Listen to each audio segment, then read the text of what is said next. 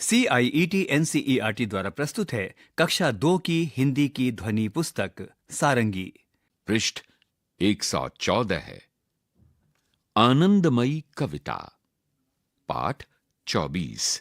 शीर्षक गिरे ताल में चंदा मामा।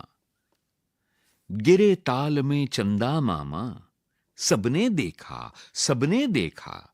फंसे जाल में चंदा मामा, सबने देखा सबने देखा। सबने देखा एक अचंभा, मछुआरे ने जाल समेटा। कहीं नहीं थे चंदा मामा, कहां गए जी चंदा मामा। लेखक राजेश जोशी।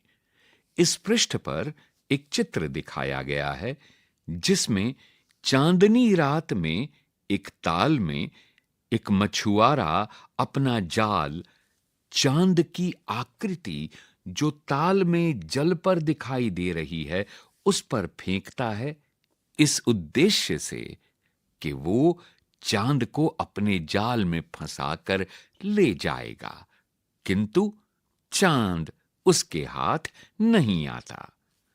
पृष्ठ 115 है। शब्दों का खेल। एक, कविता में अचंभा शब्द आया है।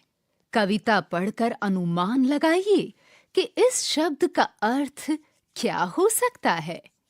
2, यहाँ दिए हुए किस वाक्य में अचंभा शब्द का सही प्रयोग हुआ है? यह देखकर अचंभा हुआ कि सूरज प्रकाश देता है। यह देखकर अचंभा हुआ कि चांद रात में दिखता है। यह देखकर अचंभा हुआ कि आधे मैदान में बारिश हुई और आधा मैदान सूखा था। इनमें से कौन से वाक्य में अचंभा शब्द का सही प्रयोग हुआ है, उस पर चिन्ह लगाइए। 3, इस कविता में चंदा मामा की जगह पर सूरज दादा कहकर इस कविता को पढ़िए।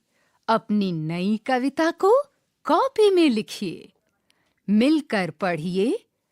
चांद की रोटी पानी में आई, मछली फिर भी खा न पाई। मोहम्मद साजिद खान।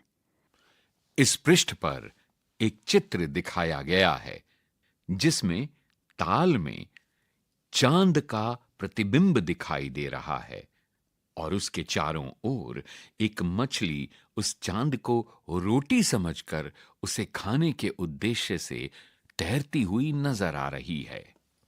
सोचिए और लिखिए। 1, चांद की रोटी किसे कहा गया है?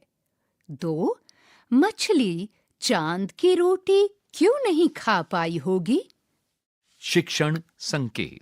बच्चे अचंभा का जो भी अर्थ बताएं, उस पर बच्चों से बातचीत कीजिए। सारंगी। वाचन स्वर बाबला कोचर और ममता मलकानी। तकनीकी निर्देशन बटी लैंगलिंगडो। ध्वन्यांकन मयंक कुमार। निर्माण सहायक तनु गुप्ता। निर्देशन एवं निर्माण विमलेश चौधरी तथा प्रस्तुति CIET NCERT नई दिल्ली, भारत।